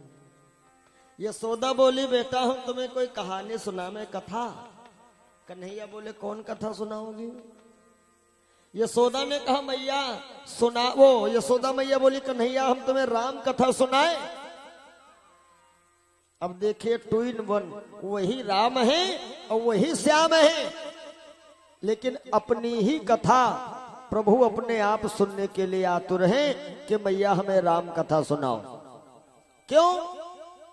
क्योंकि राम कथा सुनने से दुख दूर होता है।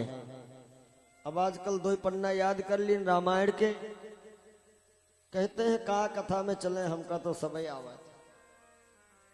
राम कथा जे सुनत अघाही, रस विशेष जाना तिन्ह नाही। राम कथा सुनने से दुख दूर होता। भगवान भोलेनाथ स्वयं रामायण के रचनाकार थे।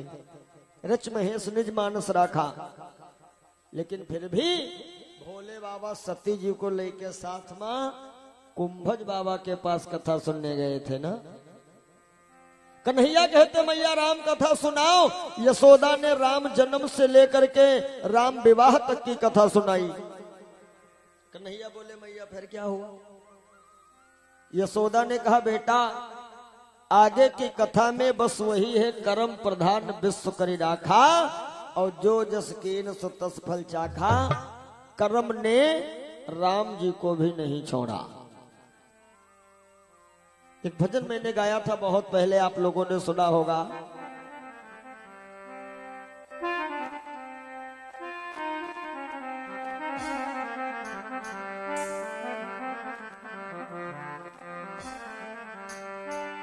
कि जो विधि कर्म में लिखा विधाता, और मिटाने वाला कोई नहीं। वक्त की बात है कि वक्त पड़े पर गज भर कपड़ा, देने वाला कोई नहीं। हाँ सभी लोग तालियों का साथ दीजिएगा। देने वाला कोई नहीं। जो विधि कर्म में लिखा विधाता, मिटाने वाला कोई नहीं। वक्त पड़े पर गज भर कपड़ा, देने वाला कोई नहीं। वक्त पड़े पर गज भर कपड़ा, देने वाला कोई नहीं।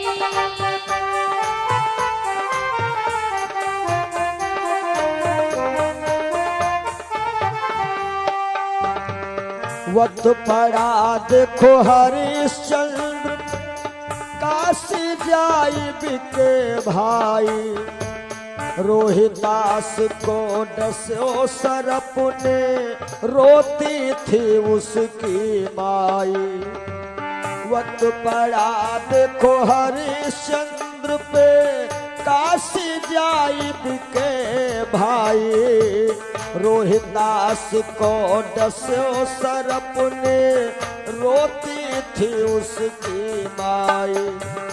उसी समय रोहित को देखो, जय हो। उसी समय रोहित को देखो, बचाने वाला कोई नहीं। वक्त पड़े पर गज भर कपड़ा, देने वाला कोई नहीं। वक्त पड़े पर गज भर गजा देने वाला कोई नहीं। जो विधि कर्मों में लिखा विधाता, मिटाने वाला कोई नहीं। वक्त पड़े पर गज भर कपड़ा, देने वाला कोई नहीं। वक्त पड़े पर गज भर कपड़ा, देने वाला कोई नहीं।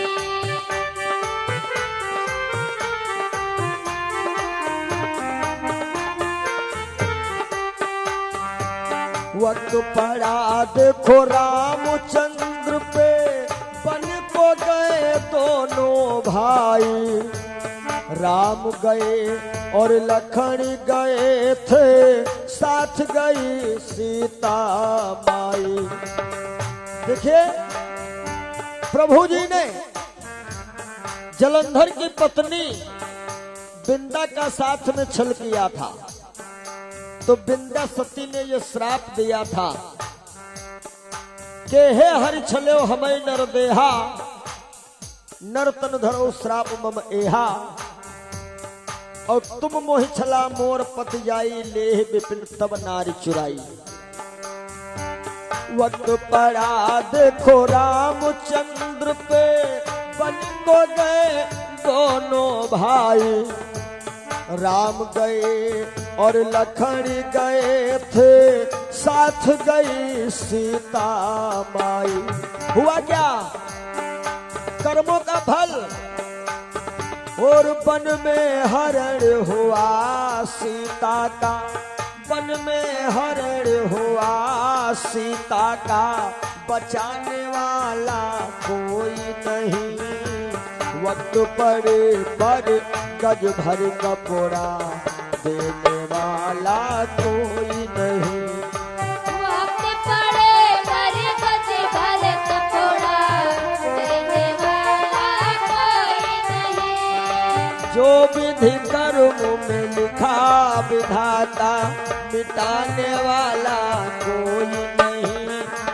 वक्त पड़े पर गज भर कपड़ा, देने वाला कोई नहीं। वक्त पड़े पर गज भर कपड़ा, देने वाला कोई नहीं।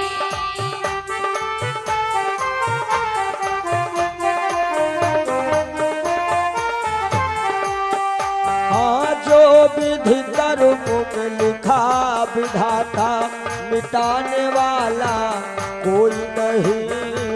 वक्त पड़े पर गज भर कपड़ा, देने वाला कोई नहीं।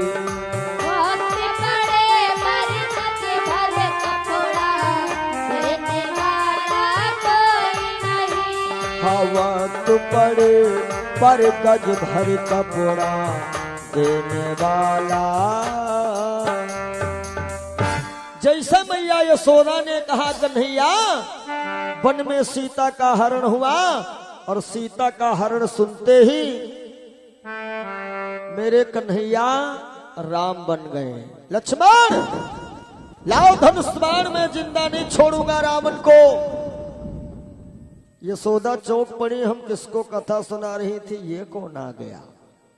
प्रभु ने ऐसा किया तो गलत नहीं किया, क्योंकि प्रभु कहते हैं कि हम वही काम करते हैं जिसमें हमारे भगत खुश रहते हो। कि राम सदा सेवक रुचि राखे, राम सदा सेवक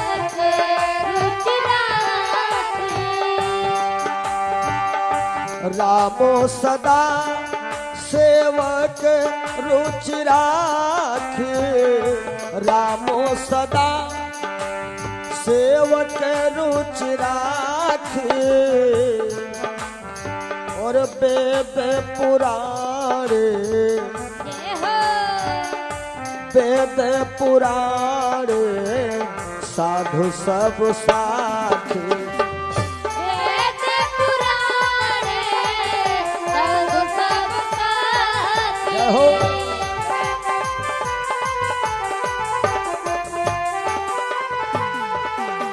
राम सदा सेवक रुचि राखी, वेद पुराण साधु सब साखी। यशोदा चौंक पड़ी, ये है कौन?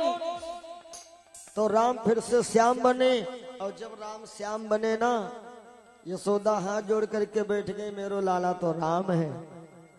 प्रभु ने सोचा यदि हम इनकी नजर में राम आ गए तब क्या होगा।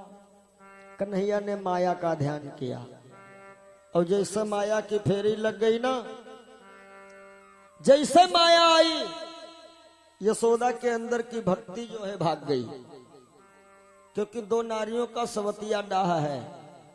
किसका किसका? माया और भक्ति का। बाबा ने उत्तरकांड में लिखा है कि मोहे न नारी नारी के रूपा, यानी ये दो नारी ऐसी हैं, एक जगह पर ये दोनों लोग नहीं रह पाती हैं। जिनके वहां खूब माया है, उनके वहां भक्ति नहीं है।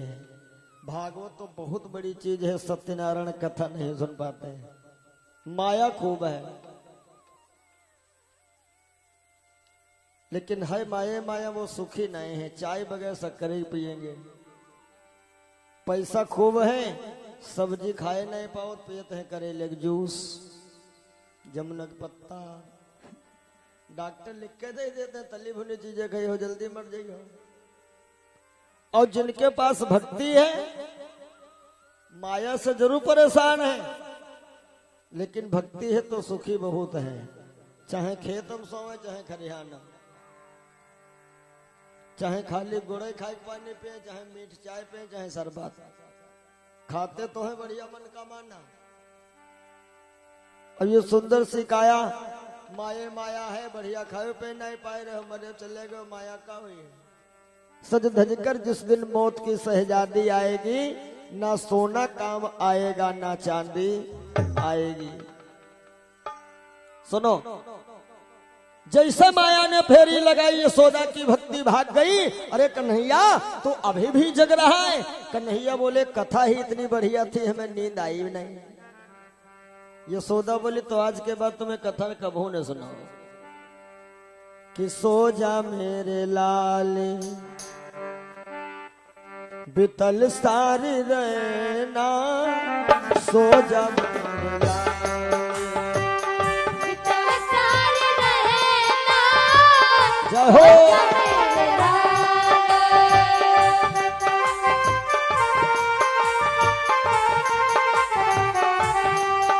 हो बितल सारी रहना, हो रहना।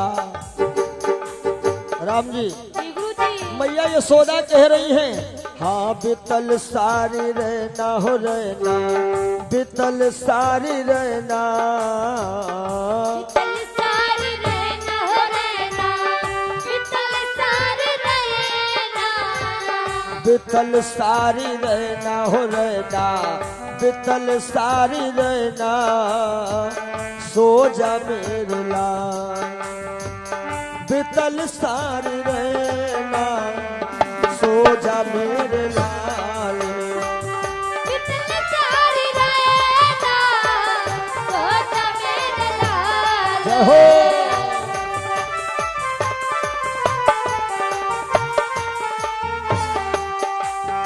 अम्बवा की डार कोयलिया सोई, सोई गए तोता मैना, अम्बवा की डार कोयलिया सोई, सोई गए तोता मैना। हो अम्बवा की डार कोयलिया सोई, सोई गए तोता मैना, अम्बवा की डार कोयलिया कोई स्वर्ग तोता मैना।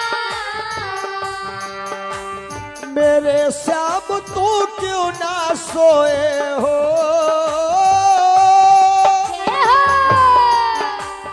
मेरे श्याम तू क्यों ना सोए, खोले दोनों नैना रामा सो जा मेरे लाल, बितल सारी रहना हो रहना सो जा मेरे लाल।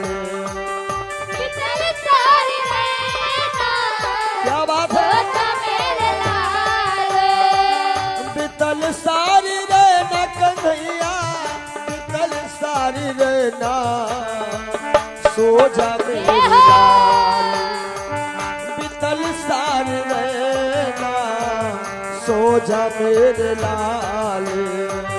बितल सारी रहना सो जा मेरे लाल। बोलो कन्हैया लाल की। जय हो। अब कन्हैया सो गए और जब जागते हैं तो इनका बस वही प्रोग्राम है, बड़े बुजुर्गों को प्रणाम करके आशीर्वाद लेना। थोड़ा थोड़ा बड़े हुए मेरे कन्हैया, अब क्या हुआ है कि तनिक सयाने जब हुए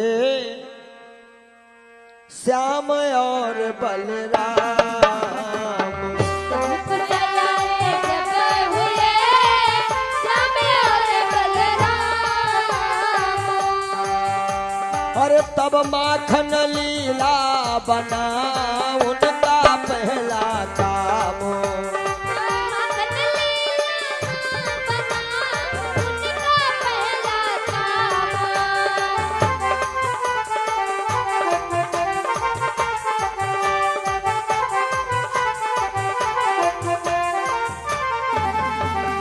तनिक सयाने जब हुए श्याम और बलराम, तब माखन लीला बना उनका पहला काम।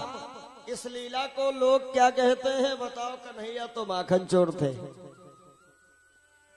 हम कहते हैं दूसरे पे उंगली जब उठाते हो ना तो गौर करिएगा कि तुम किसी पे एक उंगली उठाते हो तो ये 3 लोग तुम्हारी तरफ उठ जाती, ये 3 लोग कहती पहले अपने अंदर देखो तब उसको बताओ। कन्हैया यदि माखन चोरी किए हैं तो उस पे उंगली ना उठाओ, हम तो कहते हैं। संसार में ऐसा कोई आदमी ढूंढने पर शायद ना मिले कि जिसने कभी चोरी ना की हो। ऐसा कोई है ही नहीं जिसने जीवन में कभी चोरी ना की हो। भाई कोई खड़िया चोर है, कोई टाफी चोर है, कोई गन्ना चोर है तो अपना घर ही में पापा की जेब साफ हो रही है। चोरी चाहे छोटी हो बड़ी हो, चोरी तो चोरी।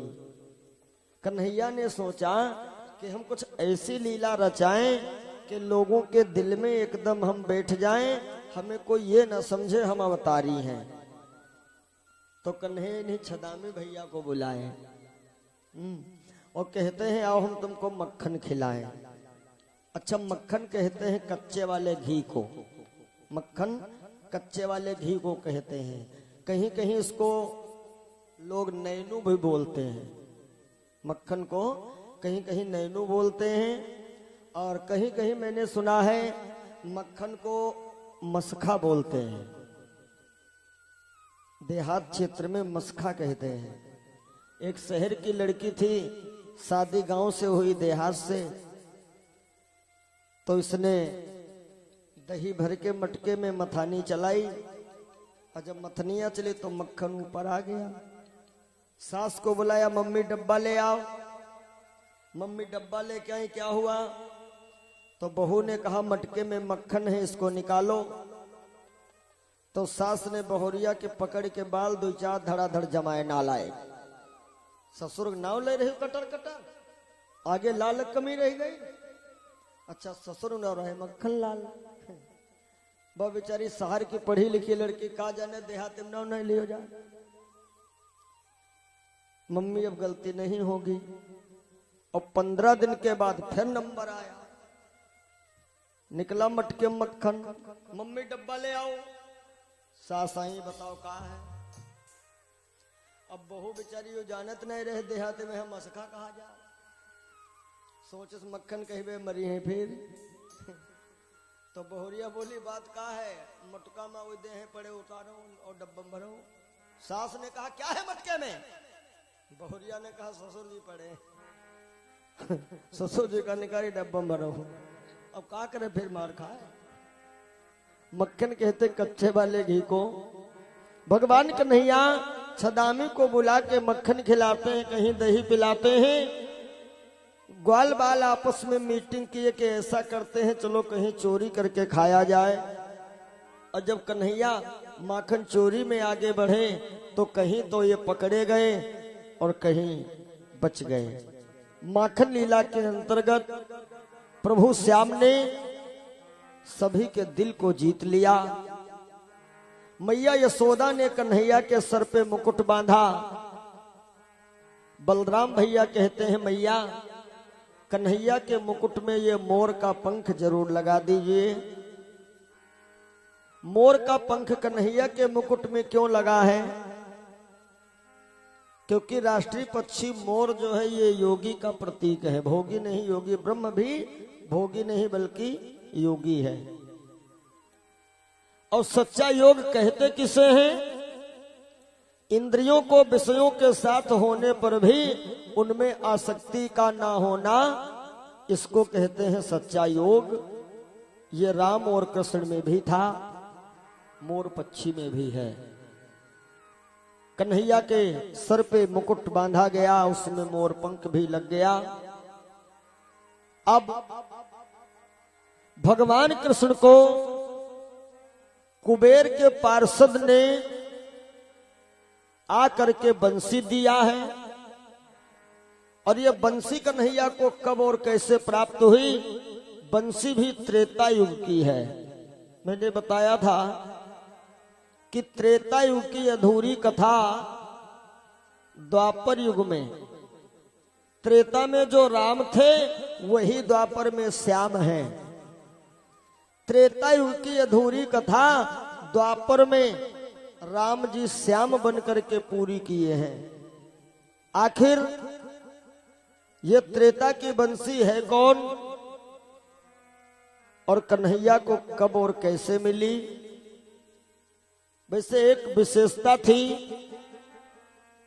जिस बांस की ये बंसी बनी है उस बांस में कोई गांठ नहीं थी। ये विशेषता थी उस बांस की। जिस बांस की बंसी बनी है उसमें कोई गांठ नहीं थी। और वैसे तो बांस के लिए एक गीत मैंने गाया है, आप लोगों ने सुना होगा, चेतावनी भाग 1 में, कि काहे पियरी तोरी पाती रे बसवा, काहे पियरी तोर पाती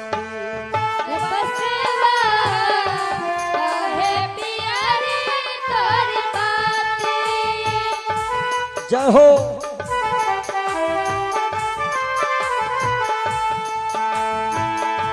काहे पियारी तोरी पाती रे बसवा बसवा, काहे पियारी तोर पाती रे बसवा बसवा, काहे पियारी तोर पाती रे बसवा, काहे पियारी तोर पाती।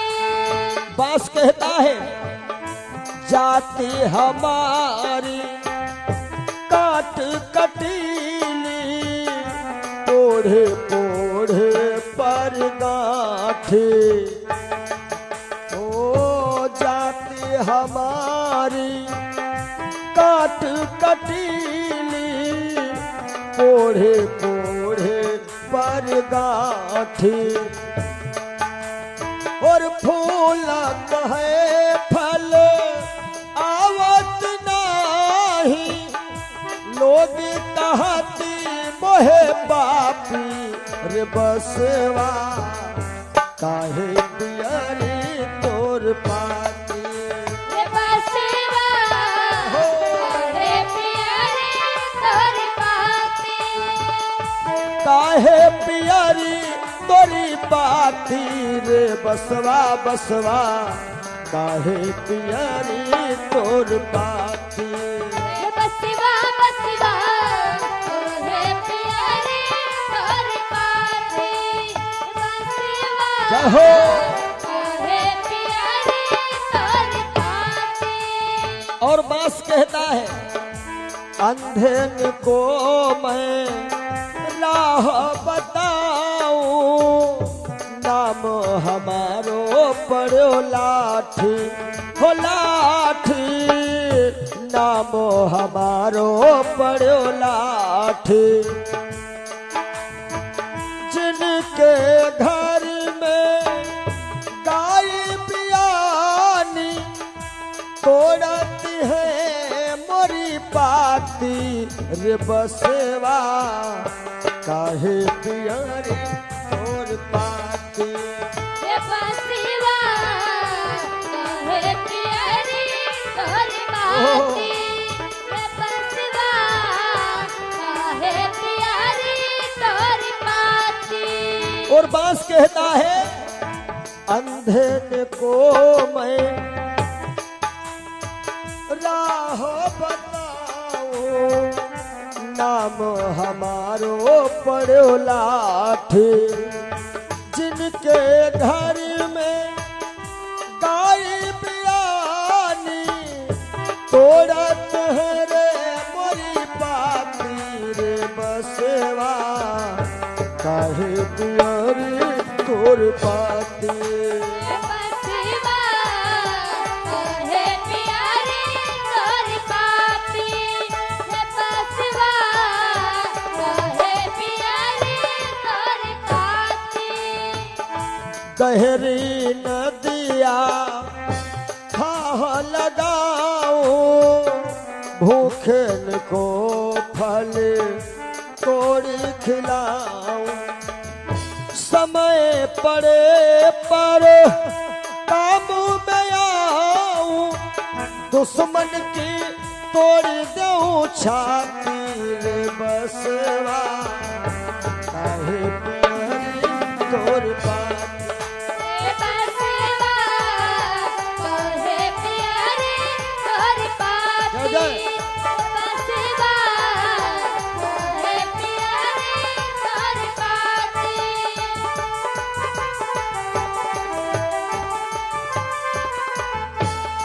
और बांस कहता है अंतिम गुण हमरे केरा सिरवा बनावत, हमरे बनावत पाटी।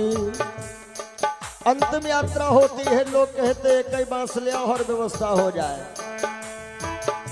हमरे केरा सिरवा बनावत, हमरे बनावत पाठी। कहत कबीर बांस के ये गुण मरी घट तक है साथी रे बसवा काहे पियरी तोर पाती। बसवा काहे पियरी तोर पाती। काहे पियरी तोरी पाती रे बसवा बसवा काहे पियरी तोर पाती। बसवा काहे पियरी तोर पाती। रे बसवा काहे पियरी तोर पाती।